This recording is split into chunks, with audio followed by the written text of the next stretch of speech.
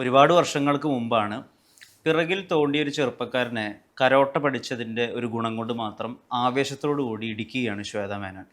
അപ്പോൾ ആ ചെറുപ്പക്കാരൻ പറയുന്നുണ്ട്, ഇനി എന്നെ ഇടിക്കരുത്, എൻ്റെ സൈക്കിളിൻ്റെ ചെയിൻ കേടായി പോയതാണ്. പിന്നെയും ഇടിച്ചുകൊണ്ട് ശ്വേത മേനോൻ പറഞ്ഞു, ഇപ്പോൾ നിൻ്റെ സൈക്കിൾ ചെയിൻ ശരിയായോ എന്ന്. ആ ഫെറോഷ്യസായ ശ്വേത മേനോൻ ഓർത്തുപോയി ജങ്കാറിൻ്റെ ട്രെയിലർ കണ്ടപ്പോൾ. ശ്വേത മേനോനാണ് ചേരുന്നത്. നമസ്കാരം.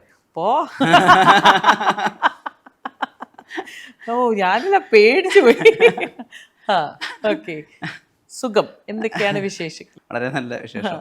ആ ശ്വേത മേനോൻ ഇപ്പോഴും ഉണ്ടോ? ഇല്ല, അമ്മയായി കഴിഞ്ഞപ്പോ കുറച്ചൊന്ന് പാവായി. ഇടി കുറച്ചു. അന്നും ഇടിക്കാറുണ്ടായിരുന്നില്ല. സി ചില സമയത്ത് പ്രതികരിക്കണ്ടേ നമ്മള്? വെറുതെ നമ്മള് എല്ലാം ഒരു വൺ സൈഡഡ് ആവാൻ പാടില്ലല്ലോ. ഹൈവേ പോലെ അങ്ങോട്ടും ഇങ്ങോട്ടും എല്ലാം കൊടുക്കണ്ടേ?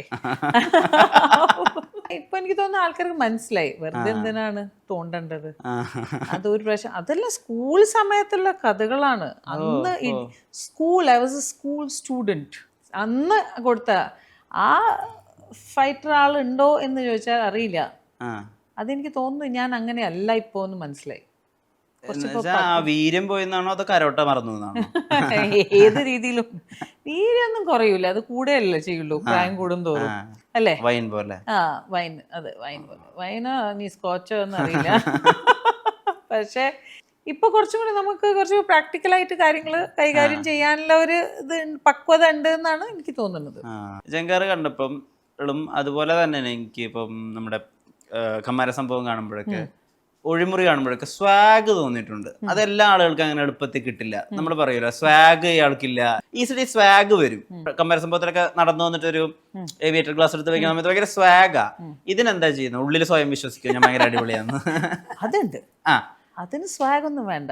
ഞാൻ ഭയങ്കര പെർഫെക്റ്റ് ആണെന്നാണ് എൻ്റെ ഒരു വിചാരം. അത് ആ ഒരു കോൺഫിഡൻസ് ഉണ്ട്. ചിലപ്പോൾ ഞാൻ അത്ര പെർഫെക്റ്റ് ആവില്ല ആൾക്കാർക്ക് വേണ്ടി, പക്ഷെ എന്നെ സംബന്ധിച്ച് ഐ ആം ദ ബെസ്റ്റ്. ആ ഒരു ഇതുണ്ട്. I always look at my self say you are the perfect. ഈ ചോയ്സ് പടങ്ങളുടെ സെലക്ഷൻ ക്രൈറ്റീരിയ ഉണ്ടല്ലോ. ഞാൻ അവനല്ലേ 2 പരദേശി ഒരു വർഷത്തിലാണ്, ഒരേ സമയത്ത് ആണ് ഷൂട്ട് ചെയ്യുന്നത്. അല്ല, 3 ഷൂട്ട് ആ സമയത്ത്. ഇവിടെ പാലേരി മാണിക്യം, ചെന്നൈ പോയിട്ട് നാനവനില്ലേൻ്റെ പാട്ട്, അത് കഴിഞ്ഞിട്ട് ബോംബെ പോയിട്ട് റിയാലിറ്റി ഷോന്റെ ഫിനാലെ. ഒരേ സമയത്ത് ഇവിടെ ഞാൻ ചീരുന്റെ പ്രായമുള്ള ക്യാരക്ടർ ചെയ്യുന്നു. അത് കഴിഞ്ഞ് 2 ദിവസത്തെ ഗ്യാപ്പിൽ ഞാൻ ചെന്നൈ പോയിട്ട് മിനി സ്കേർട്ട് ഇട്ടിട്ട് അത് ചെയ്യുന്നു. അത് കഴിഞ്ഞ് ബോംബെ പോയിട്ട് ഞാൻ മാധുരി ദീക്ഷിതിന്റെ ധക് ധക്കിന്റെ സോങ് ചെയ്യുന്നു. എന്താ ശരിക്കും ഈ ഷോ ബിസിനസ്സിൽ നിൽക്കുക എന്നുള്ളതാണോ അതോ അൾട്ടിമേറ്റ്ലി പണോ ആണോ? എന്താ മാറ്റർ ചെയ്യാ ശരിക്കും? ഷോ ബിസിനസ്സിൽ നിൽക്കാൻ വേണ്ടി എന്തും ചെയ്യുന്ന മണി ഈസ് വെരി ഇമ്പോർട്ടൻറ്റ്. പക്ഷെ അതിനൊരു കോംപ്രമൈസ് ആയിട്ട് ഒരു വ്യക്തിയല്ല. I am not a nonsense person. ഞാൻ നോൺസെൻസ് ക്വാളിറ്റി എങ്ങനെയാ ഗേജ് ചെയ്യുക? ഇപ്പൊ ജങ്കാറിന് ഒരു ക്വാളിറ്റി ഉണ്ട്, പടത്തിന് ഒരു ക്വാളിറ്റി ഉണ്ട്, അതെങ്ങനെയാ പോയിട്ട് അളക്കുക? അതിന്റെ പാരാമീറ്റർ എങ്ങനെയാ? അല്ല, നമ്മൾ ഒരു സ്റ്റോറി കേൾക്കും, ആദ്യം 1 ലൈൻ, പിന്നെ കുറച്ചൊരു ഡീറ്റെയിൽ ഓഫ് ആ ക്യാരക്ടർ കേൾക്കും. പിന്നെ ഞാൻ എപ്പോഴും വിശ്വസിക്കുന്നത്, നമ്മൾ എന്ത് ലൈന് ഇപ്പോഴല്ലേ ഈ സ്ക്രിപ്റ്റ് ബൗണ്ട് സ്ക്രിപ്റ്റും മറ്റേ ഇങ്ങനെ റീഡിങ് സെഷൻസും അങ്ങനെയൊക്കെ. പണ്ടെല്ലാം നമ്മൾ 1 ലൈൻ വെച്ചിട്ടാണ് നമ്മൾ സെറ്റിൽ പോകുന്നത്. പക്ഷെ അത് നടക്കണമെന്ന് നിർബന്ധമില്ല. ഒരു 1 ലൈൻ വെച്ചിട്ട് ചിലപ്പോൾ സ്റ്റോറി അങ്ങോട്ടും ഇങ്ങോട്ടും എല്ലാം ഒന്ന് കുറച്ച് ഒരു 2 സീന് കുറയും, ചിലപ്പോൾ 4 സീന് കൂടും, അങ്ങനെയൊക്കെ നടക്കാറുണ്ടായിരുന്നു.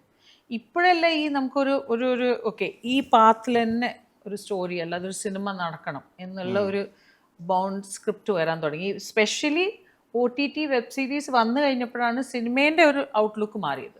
10-12 വർഷമായിട്ടാണ് ഈ ഒരു ഔട്ട്ലുക്ക് ഓഫ് എവറിത്തിങ്. അല്ലാതെ സെറ്റിലാണ് സീൻസ് എഴുതാറുണ്ടായിരുന്നത്. നാളെ ഏത് സീനാണ് തീരുമാനിക്കുന്നത് തന്നെ രാവിലെ വന്നിട്ടാണ്. ഇത് കുറച്ച് ആൾക്കാരാണ് ഭയങ്കര ഹോംവർക്ക് ചെയ്തിട്ട് കാര്യങ്ങൾ നടത്താറുണ്ടായിരുന്നത്. അപ്പം അങ്ങനത്തെ ഒരു സിനിമ മറ്റേതും കണ്ടിട്ടുണ്ട്, which I enjoyed it, because വേറെ ഒന്നും അറിയണ്ടായിരുന്നില്ല.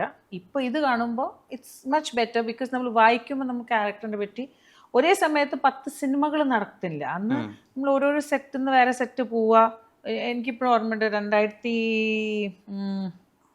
എനിക്ക് തോന്നുന്നു 2010 ആണ് എനിക്ക് തോന്നുന്നു. ഞാൻ ഒരു വർഷത്തിൽ 13 പടം ചെയ്തു. അപ്പോൾ അത് നടന്നു എന്ന് സത്യം പറഞ്ഞാൽ ന്യൂസിൽ വന്നപ്പോഴാണ് ഞാൻ അറിയുന്നത് ഞാൻ 13 പടം ചെയ്തു എന്ന്. അപ്പോൾ അങ്ങനെ ആ ഒരു രീതിയിൽ അപ്പോൾ ഇന്ന് ചെയ്യാൻ പറ്റുമോ അറിയില്ല. പിന്നെ ഇന്ന് 13 സിനിമകൾ ബിക്കോസ് ഇപ്പോൾ നമ്മുടെ ബഡ്ജറ്റും കൂടിയിട്ടുണ്ട്, നമ്മുടെ ഡേയ്സ് കൂടിയിട്ടുണ്ട്. അന്നെല്ലാം ഒരു ഫീമെയിൽ ആർട്ടിസ്റ്റിനെ മാക്സിമം ഒരു 20 days ആണ് മാക്സിമം. 30 ദിവസമെല്ലാം ടു മച്ച് ആയിപ്പോയി. ആക്ടേഴ്സിന്റെ അവൈലബിലിറ്റി കൂടിയിട്ടുണ്ട്. അതന്നെ എല്ലാം കൂടിയിട്ടുണ്ട്. അപ്പോൾ അങ്ങനെയൊക്കെ നോക്കുമ്പോൾ മണി ഈസ് വെരി ഇമ്പോർട്ടൻറ്റ്. നമ്മളിവിടെ ഫ്രീ സർവീസിനല്ല ഇവിടെ വന്നത്. Very simple. നിങ്ങളിവിടെ വർക്ക് ചെയ്യുന്നത് ഒബ്വിയസ്ലി ഇത് വിറ്റിട്ട് നിങ്ങൾക്ക് ഈ ഇന്റർവ്യൂ വഴി എത്ര കിട്ടും, അത് റവന്യൂ ആണ് എല്ലാവരുടെയും ഒരു ഇത് ഘട്ടം. സോ എല്ലാ end of the day balance sheet has to be very important. നേരത്തെ ഒരു ഇന്റർവ്യൂ സെഷൻ പറഞ്ഞപ്പോൾ എനിക്കൊരു ഭയങ്കര ഇൻട്രസ്റ്റിംഗ് ആയിട്ടൊരു കാര്യം തോന്നി. ശ്വേതമേനോൻ എന്നുള്ള പേര് സെർച്ചിൽ വരുന്നത് ഈ 94 കാലഘട്ടത്തിലാണ്. Pan Indian basis. അന്ന് പാൻ ഇന്ത്യൻ എന്നുള്ള വാക്കില്ല, എന്നാലും പാൻ ഇന്ത്യൻ ബേസിസ്. അന്നത്തെ ബ്യൂട്ടി സ്റ്റാൻഡേർഡ്സിനും ഇന്നത്തെ ബ്യൂട്ടി സ്റ്റാൻഡേർഡ്സിനും ഒരുപാട് വ്യത്യാസമുണ്ട്. ആൻഡ് അന്നത്തെ ഇപ്പോൾ മല്ലിക ഷറഫത്തിന്റെ ഒരു പോഡ്കാസ്റ്റ് ഞാൻ കേട്ടോണ്ടിരിക്കുന്നു. അന്നത്തെ ബ്യൂട്ടിയിൽ ഈ ബോട്ടോക്സ് ഇൻവോൾവ്ഡ് അല്ല, അന്നത്തെ ഈ കോസ്മെറ്റിക് വിഭാഗം ഇത്രയും അഡ്വാൻസ്ഡ് ആയിട്ടില്ല. പക്ഷെ ഇന്ന് എല്ലാവരും കാണാൻ പ്ലാസ്റ്റിക് സർജറി ഉള്ള കാരണം കുറെ ഫീച്ചേഴ്സ് ഒക്കെ ഒരേപോലെയാണ്. ആൻഡ് അന്ന് ഇല്ലാത്തൊരു കാര്യം ഈ ബോഡി പോസിറ്റിവിറ്റി കൊണ്ട് കുറെ വന്നു. കാരണം എല്ലാവർക്കും മോഡലാവും, അത് നല്ലതാ. പക്ഷെ എവിടെയൊക്കെ ഈ മോഡൽ സ്റ്റാൻഡേർഡ്സ് ഒക്കെ അങ്ങോട്ടും ഇങ്ങോട്ടൊക്കെ മാറിപ്പോയി. എന്താ ശ്വേതമേനോൻ വൺസ് എ സൂപ്പർ മോഡൽ, ഇപ്പോഴും കാണാൻ അടിപൊളിയാ,